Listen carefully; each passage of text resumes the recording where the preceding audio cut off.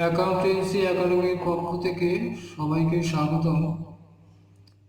Consignment নিয়ে part 1-এ introduction of consignment, proforma invoice এবং অ্যাকাউন্ট সেলস নিয়ে আলোচনা করেছি।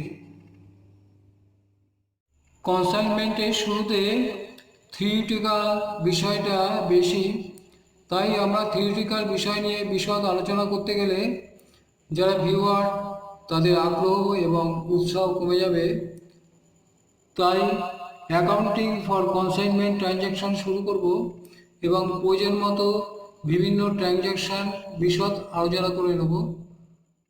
কনসাইনমেন্টে কনসাইনার যে লেজারগুলো মেনটেন করে যথাক্রমে consignment account, consignee's account, goods sent on consignment account এবং stock on consignment account. Consignee যে লেজার মেনটেন করে তা হচ্ছে কনসাইনার অ্যাকাউন্ট এবং commission account. Page 621, illustration 7. Point to be noted: goods sent at cost price. Number 2, valuation of unsold stock closing. Number 3, detail of consignee's expenses not given. C of Calcutta sent 100 bicycle to B of Mumbai to be sold on consignment basis on 1st January 1994. The cost price of each bicycle was rupees 800. C incurred rupees 500 for freight, 750 for coolie charges and rupees 850 for insurance premium. On 31st December 1994, she received an account sales from B which showed that he sold 80 bicycles at the rate of rupees 1200 each, and after deducting his commission and expenses amounting to rupees 20,000, he sent the balance amount by a draft with the account sales. According to the contract, Mr. B is entitled to get ordinary commission at the rate of 10% and delegated commission at the rate of 5% on the sale proceed. Show important ledger accounts in the books of both the parties. প্রথমে আমরা কনসাইনার books করব। এখানে books of C ledger consignment to Bombay account, books of consignor, এখানে consignor C, সুতরাং এখানে books of C ledger consignment to Bombay account. কনসাইনারের goods বিক্রি করার উদ্দেশ্যে বিভিন্ন জায়গায় অন্য এজেন্ট বা কনসাইনার নিয়োগ করে থাকে। বিভিন্ন জায়গায় এজেন্টদের বিভিন্ন মাধ্যমে,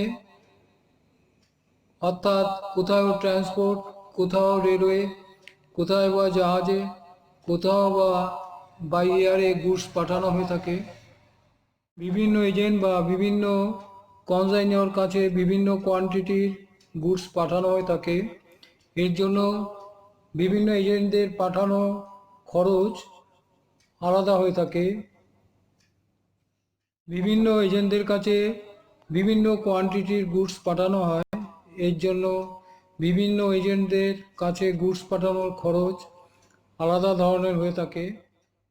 এই জন্য কনসাইনার প্রত্যেক আলাদা আলাদা এজেন্টের জন্য আলাদা আলাদা কনসাইনমেন্ট অ্যাকাউন্ট করে লাভ ক্ষতি নির্ধারণ করে।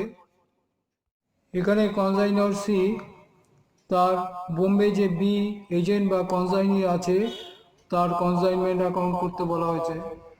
কনসাইনমেন্ট অ্যাকাউন্টে লাভ ক্ষতি নির্ধারণ করার জন্য ট্রেডিং অ্যাকাউন্টের নিয়ম ফলো করা হয়ে থাকে। ট্রেডিং অ্যাকাউন্টে যেমন খরচগুলো ডেবিট দিকে এন্ট্রি হয় এবং আয় ক্রেডিট দিকে এন্ট্রি হয়, এখানে তেমনি যে খরচ, এখানে যে গুডস পাঠানো হয় তার যে কস্ট প্রাইস, সেটা খরচ, সেটা ডেবিট দিকে হয় এবং গুডস পাঠানোর যে খরচ যেটা কনসাইনর এবং কনসাইনি করে থাকে উভয় খরচ এই ডেবিট দিকে এন্ট্রি করা হয়। ট্রেডিং অ্যাকাউন্টে যেমন সেলসটা ক্রেডিট দিকে যায়, এখানেও কনসাইনি যে সেল করে যে অ্যামাউন্টটা পায় সেটা ক্রেডিট দিকে হয় এবং ব্যালেন্সিং ফিগারটা লাভ বা ক্ষতি বলে গণ্য করা হয়, যেটা প্রফিট অ্যান্ড লস অ্যাকাউন্টে ট্রান্সফার করা হয়। এখানে প্রথম যে ট্রানজ্যাকশন বলা হয়েছে, প্রত্যেকটা বাইসাইকেলের 800 টাকা কস্ট প্রাইস হিসেবে 100 বাইসাইকেল পাঠানো হয়েছে। এটা আমরা এই কনসাইনমেন্ট অ্যাকাউন্টের ডেবিট দিকে এন্ট্রি করব। যেরকম ট্রেডিং অ্যাকাউন্টে পারচেস করলে ডেবিট দিকে এন্ট্রি হয়, এবং এখানে লেখা হবে goods sent on consignment account, কারণ এখানে জার্নাল এন্ট্রিটা হয় পাঠানোর সময় consignment account debit to goods sent on consignment account. কনসাইনমেন্টের ডেবিট দিকে খরচগুলো লেখা হয়। যেহেতু এই গুডসটা কনসাইনির কাছে পাঠানো হচ্ছে, এটা পারচেজের মতোই একটা খরচ, এই জন্য কনসাইনমেন্ট অ্যাকাউন্ট ডেবিট করলাম। আর গুডস চলে যাচ্ছে গোয়িং ইজ ক্রেডিটার, এই জন্য to goods sent on consignment account credit. প্রত্যেকটা বাইসাইকেলের কস্ট প্রাইস 800 হিসেবে 100 বাইসাইকেলের মোট কস্ট প্রাইস 80,000 অ্যামাউন্টের ঘরে লিখব। যদি আইপি দেওয়া হয় অর্থাৎ ইনফ্লেটেড প্রাইস দেওয়া হয়, তবে আমরা এখানে ইনফ্লেটেড প্রাইসটাই লিখব। অনেক ক্ষেত্রে কনসাইনার বেশি প্রফিট করার উদ্দেশ্যে কস্ট প্রাইস বাড়িয়ে প্রোফার্মা ইনভয়েসে উল্লেখ করে গুডস ডিসপাস করে। সেই ক্ষেত্রে আমরা এই যে ইনফ্লেটেড প্রাইস সেটাই এই কনসাইনমেন্টে ধরে আমরা হিসেব করব, এবং পরবর্তীকালে অ্যাকচুয়াল প্রফিট বের করার জন্য এর এগেনস্টে আবার অ্যাডজাস্টমেন্ট এন্ট্রি করা হয়।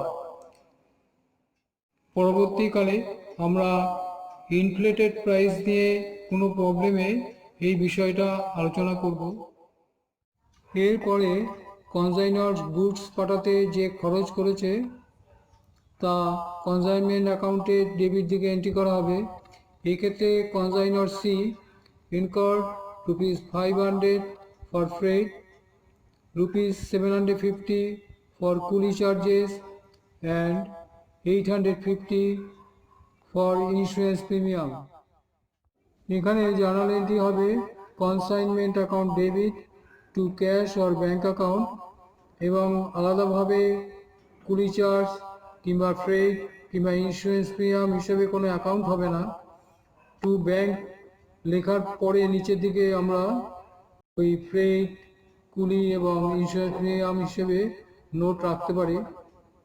যেহেতু কনসাইনমেন্ট অ্যাকাউন্টে লিমিটেড অ্যাকাউন্ট মেনটেন করা হয়, এর জন্য এগুলো আলাদা কোনো অ্যাকাউন্ট করা হয় না। কনসাইনমেন্ট অ্যাকাউন্টে আমরা এখানে এন্ট্রি করলাম টু ব্যাঙ্ক অ্যাকাউন্ট, নিচে ফ্রেট 500, কুলি চার্জেস 750, ইন্স্যুরেন্স 850।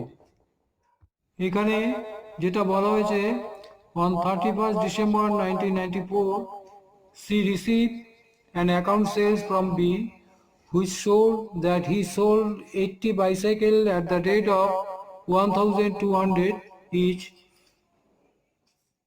আমরা এর জন্য কনসাইনমেন্ট অ্যাকাউন্টের ক্রেডিট দিকে বাই বি অ্যাকাউন্ট সেলস বলে 80 বাইসাইকেলের মোট দাম 96,000 এন্ট্রি করব। এর জন্য আমরা বাই বি অ্যাকাউন্ট উইদিন ব্র্যাকেটে সেলস লিখব এবং ডেট দেবো 31/12/94। আর কনসাইনার যে গুডস পাঠিয়েছে তার জন্য গুডস সেন্ট অন কনসাইনমেন্টের ডেট হবে 1/1/94, এবং কনসাইনার যে এক্সপেন্সেস করেছে টু ব্যাঙ্ক অ্যাকাউন্ট যেটা আমরা এন্ট্রি করেছি তার ডেট দেব 1/1/94। এবার কনসাইনির বিয়ের যে এক্সপেন্সেস আছে সেটা আমরা কনসাইনমেন্ট অ্যাকাউন্টে এন্ট্রি করব। এখানে যেটা বলা হয়েছে After deducting his commission and expenses amounting to rupees 20,000, he sent the balance amount by a draft with the account sales. According to contract, Mr. B is entitled to get ordinary commission at the rate of 10% and day credit commission at the rate of 5% on sale proceeds. Consignee খরচের জন্য যে journal entry হয়ে থাকে কনজাইনমেন্ট account debit two consignee account, অর্থাৎ consignee এখানে B, সুতরাং B account credit হবে। আমরা কনজাইনমেন্ট অ্যাকাউন্টের ডেবিট দিকে বি অ্যাকাউন্ট লিখব এবং তার নিচে এক্সপেন্সেসগুলো লিখব। এক্সপেন্সেস আছে 20,000, অর্ডিনারি কমিশন আছে 96,000-এর উপরে 10% করে 9,600 এবং ডেল ক্রেডিট কমিশন 5% অফ 96,000-এর উপর হয় 4,800। আমরা আগেই বলেছি যে কনসাইনমেন্ট অ্যাকাউন্টে লিমিটেড অ্যাকাউন্ট মেনটেন করা হয়, এর জন্য এই এক্সপেন্সের জন্য আলাদা কোনো অ্যাকাউন্ট হয় না। এগুলো বি অ্যাকাউন্ট লেখার পরে তার নিচে আমরা এগুলো নোট রাখবো। এখানে ডেট লিখব 31/12/94।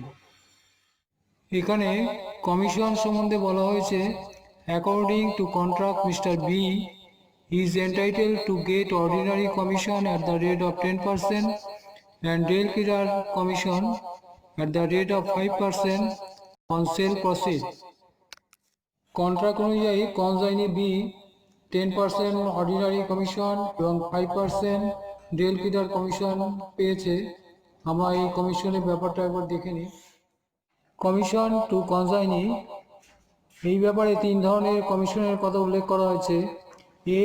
Ordinary commission, calculated and agreed percentage on gross sale proceed and payable to the consignee as remuneration of his service.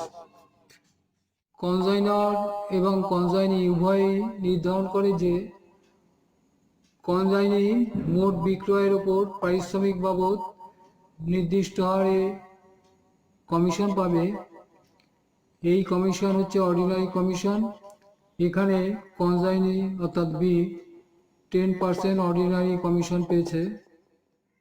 B del credit commission, an additional commission calculated at an agreed percentage usually on gross sale proceed and payable to the consignee if he undertakes to bear bad debts from credit sales. Consignee বা agent বাকিতে goods বিক্রি করার জন্য যদি bad date বা অনাদায় হয়ে থাকে, তার দায়িত্ব বা ঝুঁকি কনজাইনি নেওয়ার জন্য কনজাইনার এবং কনজাইনার মধ্যে সম্মতিক্রমে একটা নির্দিষ্ট হারে কনজাইনিকে এই দায় নেওয়ার জন্য কমিশন দেওয়া হয়। এই কমিশনটাই হচ্ছে del credit commission. Deal credit commission is allowed by the consignor to the consignee for taking responsibility of the bad debts that may arise. This means it is usually allowed in case of credit sales. Generally, it is calculated on total sales, that is, sum of cash sales and credit sales. C.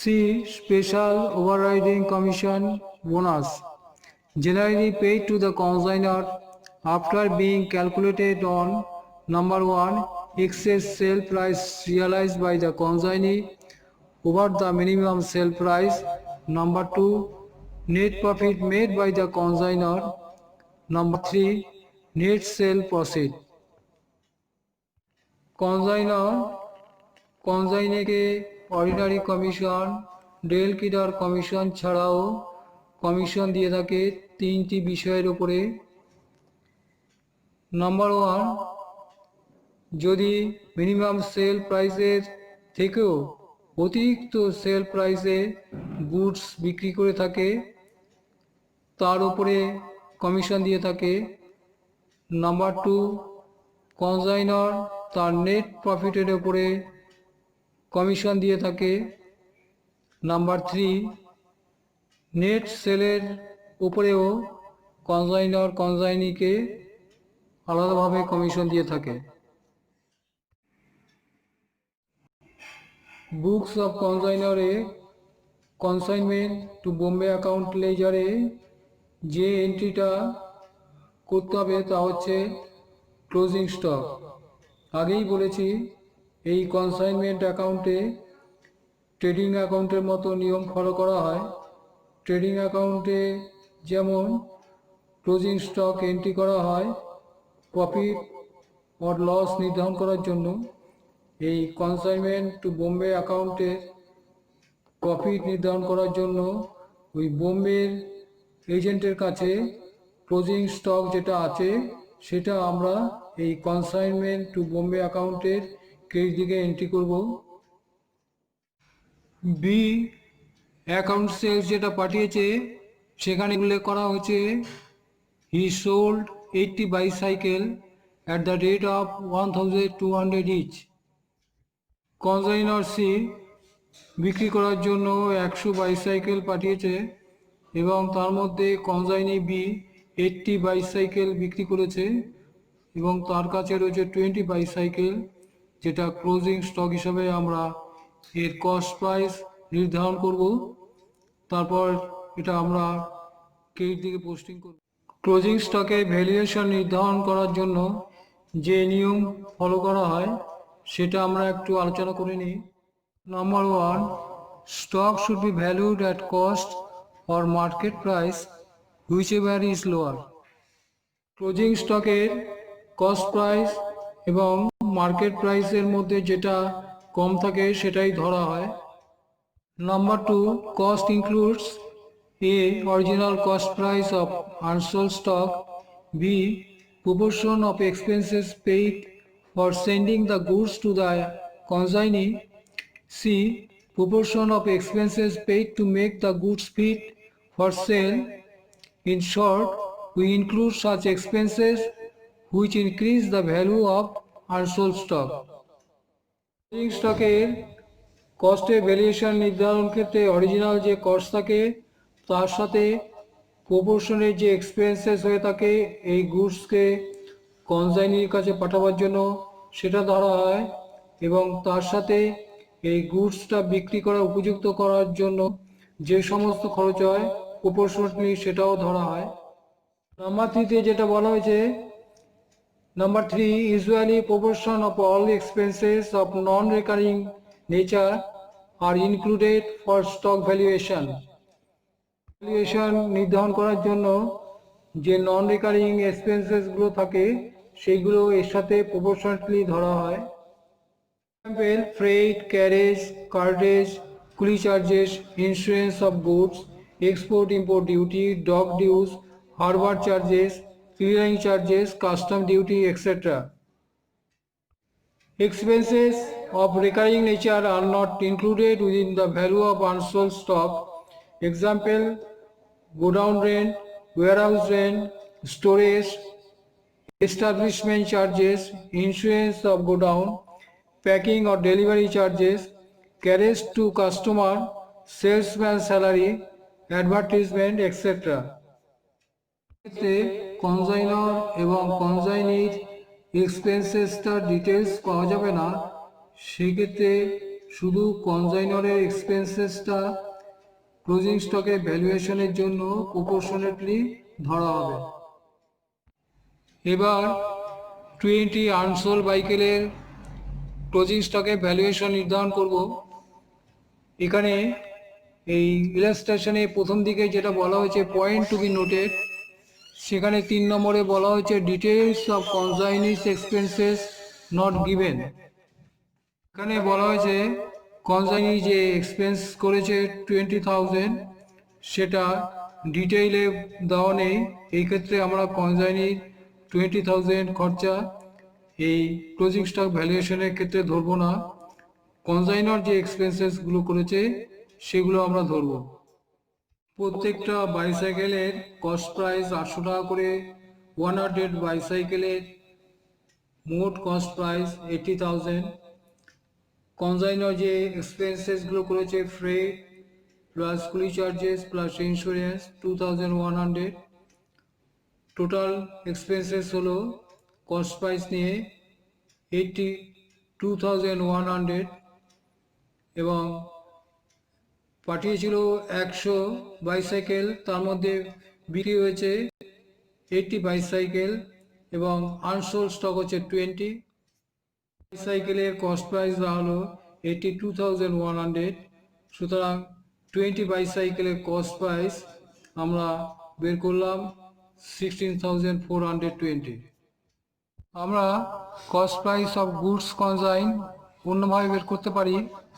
এখানে closing stock আছে 20 bicycle.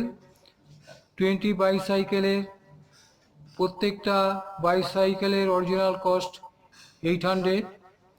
সুতরাং 20 বাইসাইকেলের total original cost 16,000। সুতরাং 20 বাইসাইকেলের cost variation দাঁড়ালো 16,000 plus 420, total 16,420। Books of CA consignment to Bombay অ্যাকাউন্টে কেই দিকে by stock on consignment account 16,420 entry করব।